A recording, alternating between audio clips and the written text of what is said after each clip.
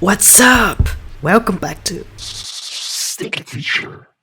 Hi everyone, in today's video I will show you 5 ways to say no to pickup lines.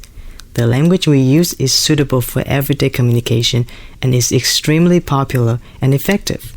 After this video, you will be able to say no informally to people who flirt with you that you don't like. Number 5. Không có cửa. It literally means there's no door. You say this when you think you have high standards that other people can't meet. You don't give them any chance. If you want to refuse someone right away, use this expression. For example, chào anh đẹp trai, cho em làm quen anh nha. Không có cửa đâu em. Không có cửa. Không có cửa. Next, number 4. Nằm mơ đi. The literal meaning of this saying is go dream about it. You say no by telling someone to go to sleep and dream about what he or she wants.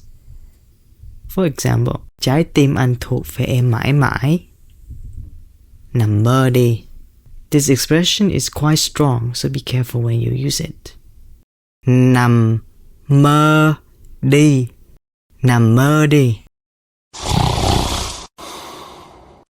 Number 3. Còn lâu. It will take forever, and basically, it won't happen. For example, da em đen chắc tại mãi ngắm nụ cười tỏa nắng của anh. Sao, còn lâu. Còn lâu. Còn lâu. Number 2. Xến xúa. It means something you say or do is cheesy, corny, or tacky.